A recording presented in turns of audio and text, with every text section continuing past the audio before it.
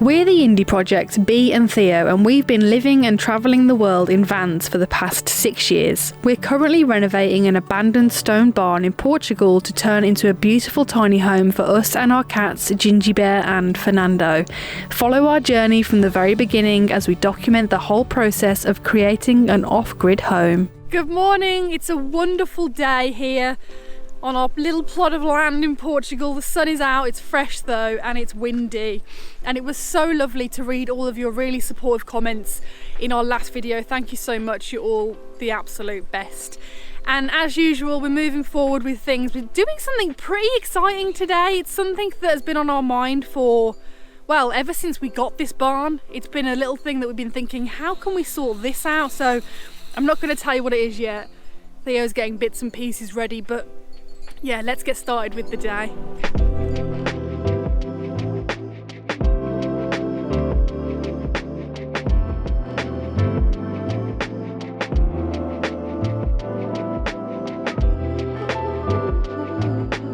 Oh, here he is.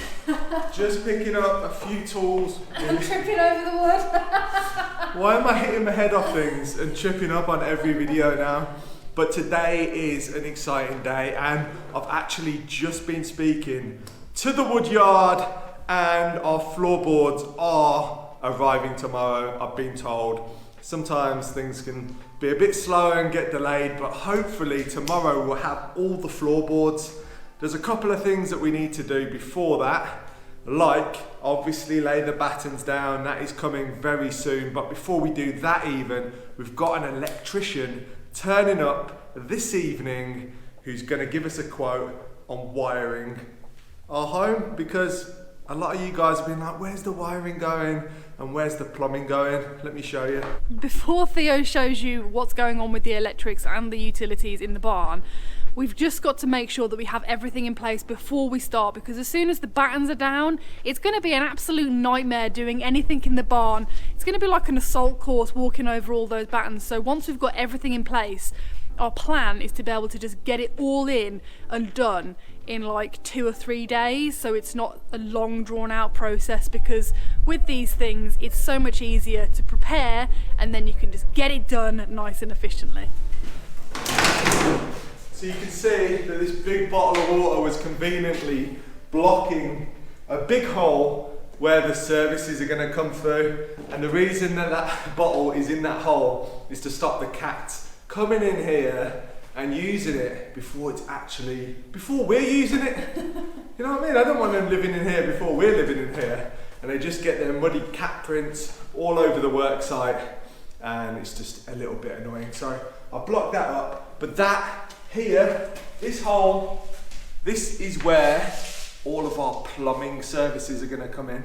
So when you think of a house, you think of like major plumbing all over the house. You've got bathrooms, you've got kitchens, toilets, and all of these things. Well, ours is going to be really simple, and that's why straight out of the hole. It's only a small hole, cat flap size.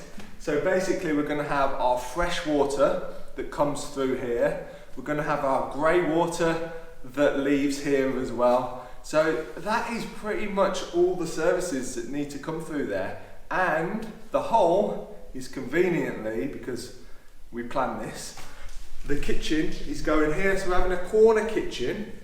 So the services come right in, and the sink will be around here somewhere, so they don't have to go far at all. So everyone who was worrying that they, have to go all over the place, they don't. They just have to come enough into here to be able to go underneath the kitchen. And it'll be behind all the work surfaces anyway. It will be hidden behind all of the kitchen units. So really simple. We tend to try and keep stuff quite simple with the electrics and also the plumbing.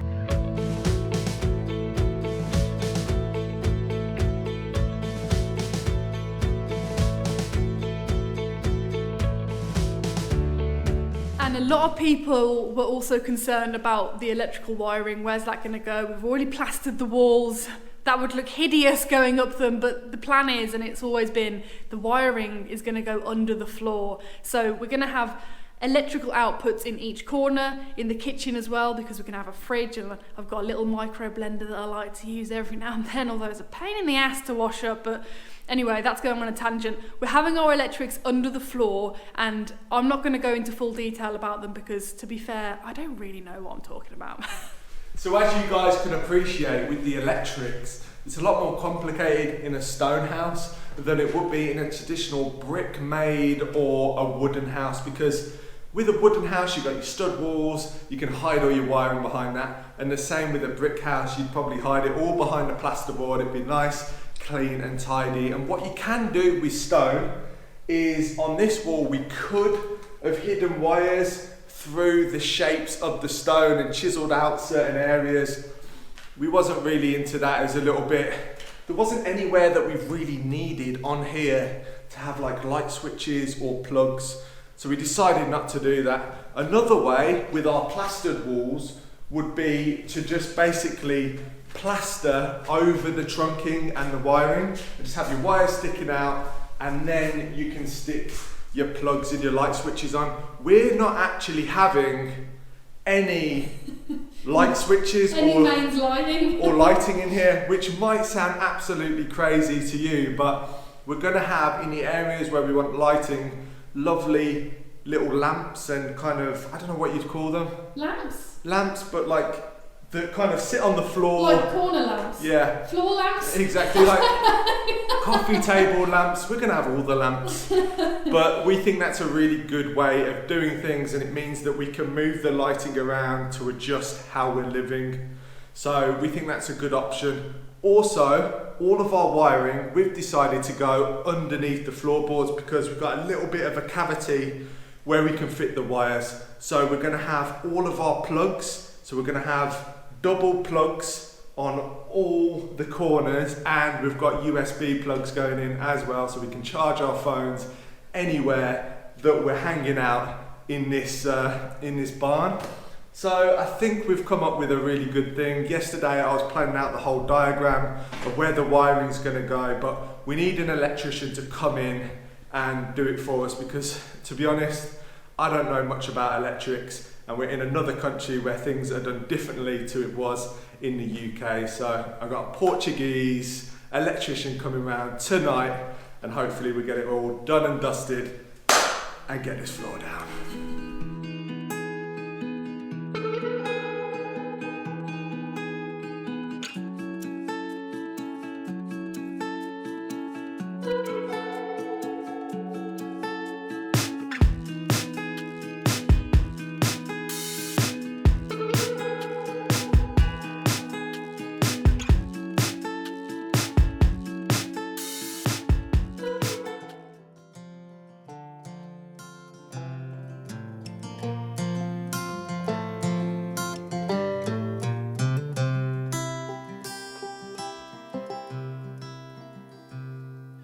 Well, it don't come with a master plan, a grand design for how to make it pan out the way you want it to. Well, son, that's left up to you. It's a race of undetermined length that'll test your mind and test your strength, leave you feeling all alone, but always find a way to bring you home.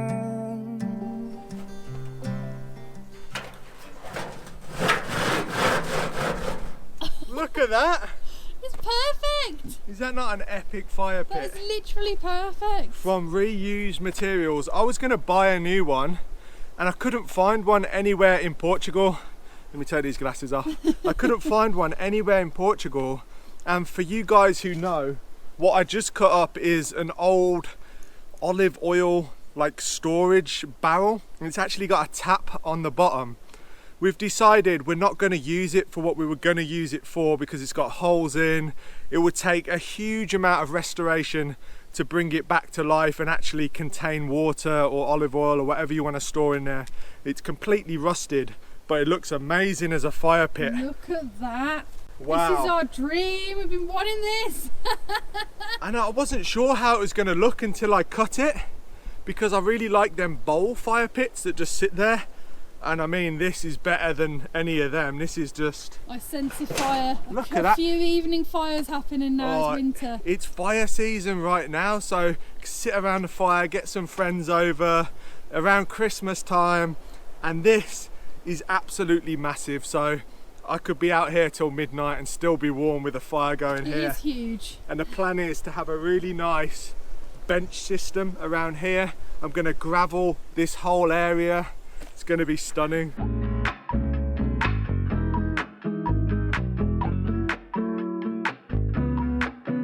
And we're still going to cut up the rest of it as well. As you can see, there's 4 pieces. 1, 2, 3, 4. This one's got the original tap on, which is amazing. And we're going to cut them all up. So we've got 4 flower beds, which is brilliant. So my seedlings need to go somewhere. I know we've got the other raised bed, but these are way smaller, so they're easier to do right now, which I'm really excited about because they're going to look so nice and rustic.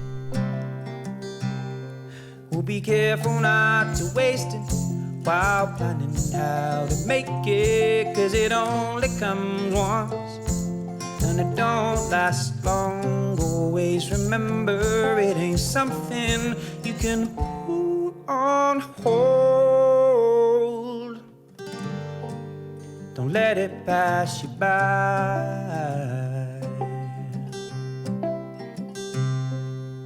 Don't you be thinking you gotta be. It'll take the ground from under your feet. So we've got the first one cut, the first planter, and the I can't talk today. The battery has run out, so we need to go and put that on charge. That's what Theo's going to do. So we thought, whilst that's charging, go and put that down in my veggie garden and fill it up with soil. Why not? Let's get it done and dusted and see how it looks, because it looks so cute. This one is the weakest of the flower beds because it hasn't got the ring around the top or the bottom.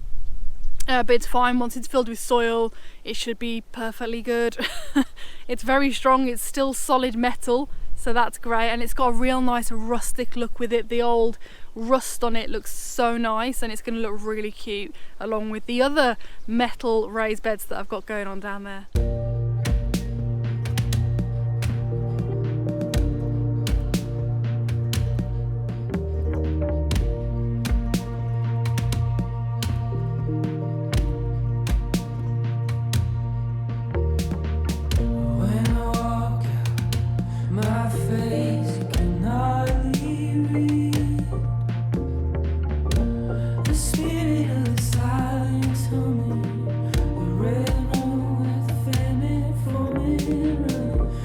Theo's just carrying that first one down to the garden, and I'm following precariously in my sandals. Still wear sandals even in December, but unfortunately, oh, that looks really nice there. Actually goes really well with the silver corrugated iron. That's the word. I completely forgot the word.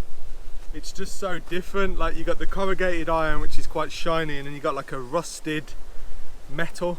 I love it. It looks a little bit like a PlayStation controller at the moment with the square and the circle. We just need an X somewhere. You know what I'm thinking? We might need to move this. Because I'm thinking these slightly over there will be better. So yeah, we're going to need to do some moving around of things. And also we'll dig these into the ground like we did the other raised beds, so they got more rigidity to them. But these are nice. We've got some smaller planters. We got our big beast of a planters, and then we're gonna have like that stuff all around the path so it doesn't get muddy in the winter. I'm so excited. But I think we should wait until I've cut the rest so that we can line them all up properly. That's because otherwise put one in and then the rest might not fit. Yeah. But it's coming along. It is. And your potatoes. Yeah, we've just brought my sweet potatoes down. So these sweet potatoes were an experiment when we came back in September. I discovered, I think it was like 4 sweet potatoes had been left in the cupboard, and it was the perfect place for them because they'd sprouted, and which meant that I could then grow some potatoes from them, which was brilliant. And obviously it's not the perfect time of year to be doing it. It can get a bit cold, but this winter so far has not been too frosty, so if all goes well, my experimental sweet potatoes grown from a supermarket potato should possibly be ready to harvest, I think next week. Actually, Theo's absolutely ecstatic about that, so I'm really eager to see what's been going on in the soil of this, to see whether we've even got any potatoes or whether they're little nuggets or whether there's just nothing at all. So yeah, if there is potatoes, I'll be letting you know. If there isn't, I will never talk about this ever again.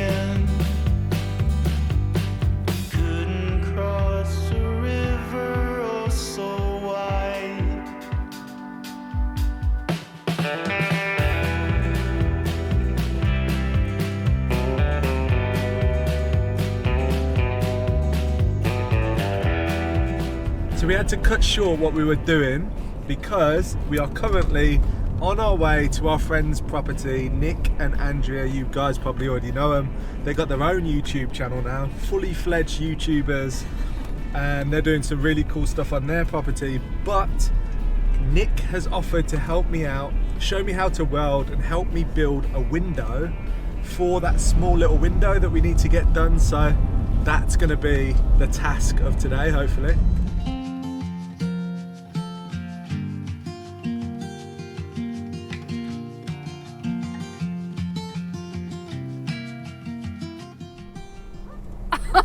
Look at Quinn. So we've just arrived at Nick and Andrea's, and this is Nick's wonderful workshop. I wish I had this much space. Just look at this place, and it's actually very organised. It is, look at the shelves. I'm very jealous. But I reckon he's just tidied up just for us, haven't you? Exactly. It's not usually this tidy. And down here we've got, is this, did you say this was the prototype, Nick? No, this, I've This is just the actual I've just frame. cut it. So Theo in a minute is going to be welding all these together. Ooh. Yeah, after a few lessons. And yeah, and we'll make another frame to go inside so you can have an opening window. Yeah. Oh, that's Basically, exciting. it's going to be like an elaborate cat flap because it'll probably be always open. Yeah. But it's nice to have the option to shut off that area and that window for sure. But it's such an awkward small little window. It is odd. So basically, you've got your welder unit. You've got an earth Yeah. connection, Yeah. which you attach to the metal, Yeah. and then you've got the live connection with a rod in it. So you hang on, let's find a rod. So this burns away, this melts away, Yeah. and it melts the steel you're welding, and it fills the gap in between. Yeah, so that's what melts away, and when that's used up, you just put another one in Okay. somewhere, and then carry on welding. Yeah, Sweet. simple as that. All right, you need the tip of it needs to be. I'll show you, but the tip of it needs to be a certain distance away. Yeah. So you create an arc, and then you create a pool, a molten pool of metal. Okay. Yeah. And then you just feed this into the molten pool of Right, metal right, as right. you're filling the gap. Got you. For you, mate, simple. So what we'll do is get you to do a couple of just practice strikes across this. Okay. Yeah, just so you get the feel of Yeah. how it actually goes. Yeah. I've literally wanted to learn to weld for so long because here in Portugal, it's good to build stuff out of metal. Wood can deteriorate very quickly, so this frame is not so bad because it's going to be sheltered, it's under the lean-to, it's covered. But if it was like south facing, you're going to put like a wooden frame of a door or window, it's just going to buckle and warp and bend in like a year's time. So if I can learn to weld, opportunities are endless. Welding master. Gloves essential because give out a lot of Heat. ultraviolet radiation. Not so much heat. But No way. no, you get really sunburnt from it, and it's really bad. So a lot of people, old welders and stuff. My father in particular Yeah. got skin cancer on the back of his Oh hand wow. No way. through doing so much That's welding. crazy. So, yeah, gloves are basically essential, and Yes. one of them. 100%. Yeah, Synonymous with welding is the yours special is mask. slightly more old-fashioned than mine. I would just make sure it fits your head. You get there's a dial on the back. Hang on, I'll show you. So you can You do it, look push it in. mad. You can do it up tighter or whatever you want to do. about there. Good. You look really mad. You look like something out of a film. No, this is straight off of Fallout. Yeah. Feel so strange, and my heart wants to change. been afraid of heights, holding on much too tight. That's it. Now put it a bit closer, it's too far away. That's it. A bit closer, don't get the arc too. That's it. That's it. That's it. Now closer, closer. That's it. Closer. That's really good. Okay. And then when you get to the edge, obviously you have to pull away. That was really good. Thank you. Jeez, this guy's a genius! Open up my eyes, I see the world, and to my surprise, it's more than I imagined. 6 billion hearts trying hard to understand. Closer. So what do you think of it so far then? So my first test at welding, so much fun. It's actually so addictive. And Nick is obviously a good teacher as well. And he helped me learn to lay blocks as well. So the garage in the new year will hopefully be coming up, learning all about block work. But the amount of stuff I've learned building wise in Portugal, what we've been out here is just ridiculous. But yeah, it's a lot of fun. So are you going to be doing the main welding on the actual I am frame? going to be doing the main welding, possibly. I think so. Is that the plan, Nick? Yeah? Yeah. We're going to get you. Yeah. You're going to make your own window. I'm not doing it for you. Okay, well, off you go. I can't see a thing. Slower. Slower. Closer. That's it. Closer. Closer. Closer. Closer. Okay, started off a bit quick. Yeah. But yeah, that's good. Yeah, it's a mad thing. Right, can you do here or do you want me to turn it around? Yeah, that's it. Same again now. Yeah. Bring your arm up a bit so it's a bit steeper. That's it.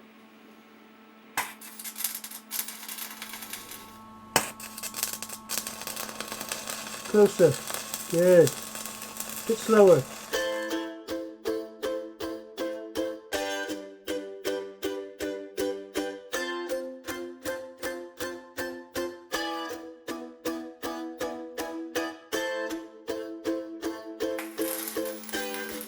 Slower, closer. Don't forget to melt both sides of the weld. Good. Good. You see what I mean? By the end, you need to get closer, or else you'll get it'll splatter out. Right. What I'll do is It's quite addictive. closer. Whoa. Oh, good. You kind of know, you feel it as well as... It's just practice, yeah, like yeah, everything. as well as just seeing, you feel where your hands Yeah. are. It's just practice.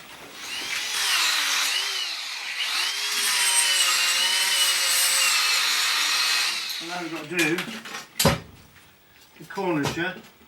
Okay, yeah, down there. So we're doing all these from the outside, Yeah. because you're going to have another Over the top, yeah. Or sitting on the inside. Yeah, that makes sense. That's the last one you've done. Yep. Yeah, and what you've achieved there, hang on.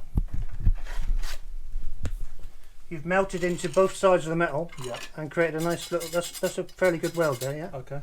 Here, Yeah. if you turn this You around, can see the first bit's trash.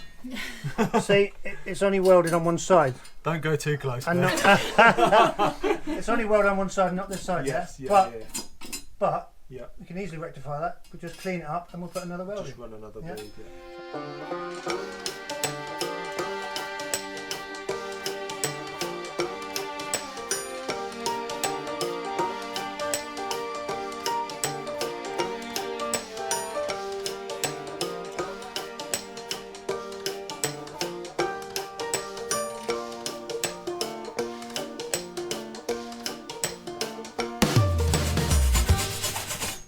So we'll clean that up, try and get all the flux off it. How was that? Good. Like I said, by the last weld, so I did 3, Nick did the first one, and by the third one I felt like I really understood the timing and, you know, pulling back, wall pushing the rod in. Good fun. So you can do this time, you need to go and show you exactly where you need to go. So you need to weld, start here again, Yeah. make sure you get Right in the edge.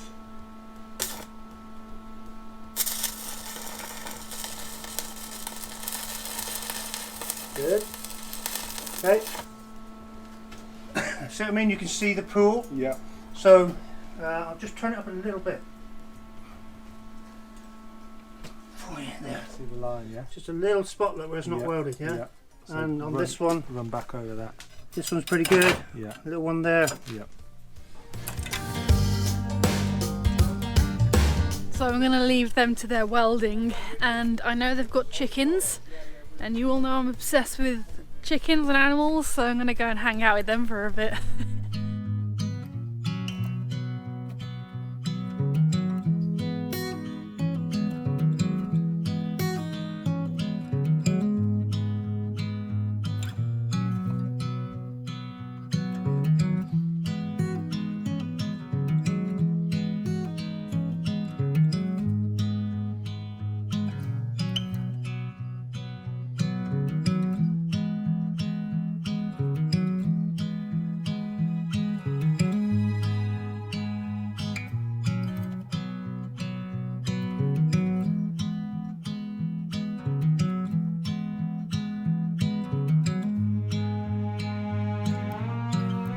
I've managed to find myself some birds. They've actually got 2 guinea fowl as well, which are the most fascinating looking birds, and they make really interesting noises as well. They can be quite loud.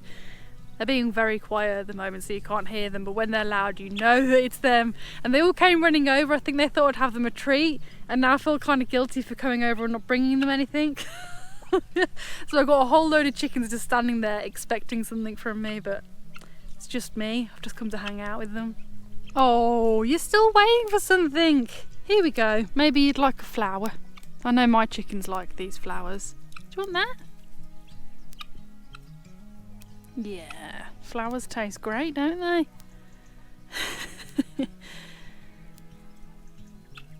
Oh, you can go for my hand. So those are the guinea fowl, and these are beautiful chickens. And I'm fairly sure that I did see one. Looks like very similar to my Sandy. She's over there now, but I think she might be related to Sandy. Exact same colourings, which is crazy. And there's lots of young ones as well, because they had some babies a few months ago. So how can you not find little baby chickens cute? I can hear you.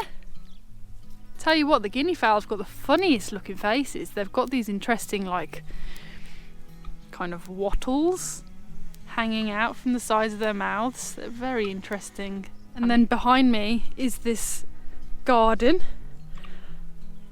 Definitely were inspired by them for our raised beds, but I think this here is possibly calendula. I'm probably wrong, but they look stunning. The colours are gorgeous. Really, really nice. I am growing some calendula. They're nothing like this yet.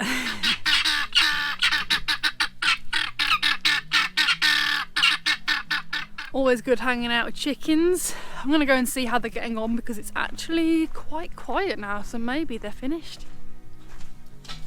All done. We are finished for today. Look at this. Wow. Nick's done an amazing job. No, you made that, mate. Don't forget that. You've got video evidence of you making that. This video is sponsored by Nick and Andrea. They've helped us massively with this window. I can't wait to get it in. But you can see we've got 2 frames there, and then this one's going to open up. Nick's going to get some hinges, paint it all up, and then I can get it in the gap and point it all in. It's going to look so seamless. Exciting. So yeah, really excited. Thank you so much once again for the help. No problem. See you later. Bye. Cheers, guys. See ya. Bye, Max. Bye, Max.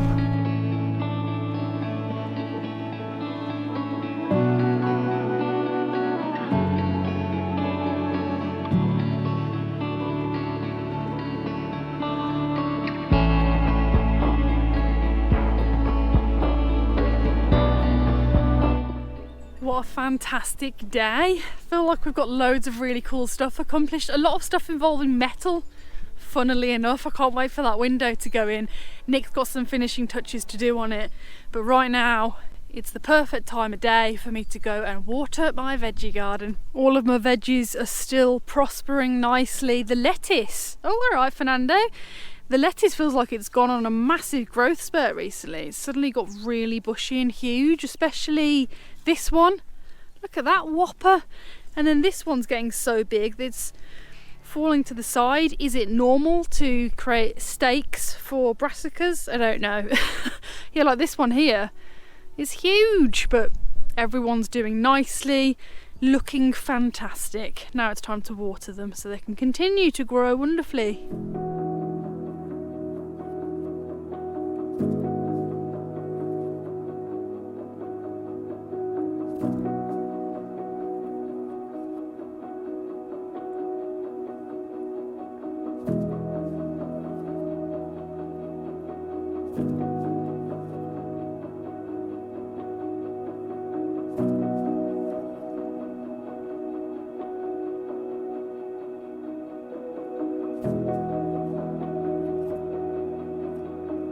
Well, it's turning into a stunning evening. As you can see on the barn behind me, the colours of sunset are really, really nice. So I'm just going to sit here and watch the sunset behind the trees. I hope you've enjoyed today's video. If you haven't already, please give it a thumbs up, and also remember to subscribe and turn on all notifications so you never miss an update. See you on the next one.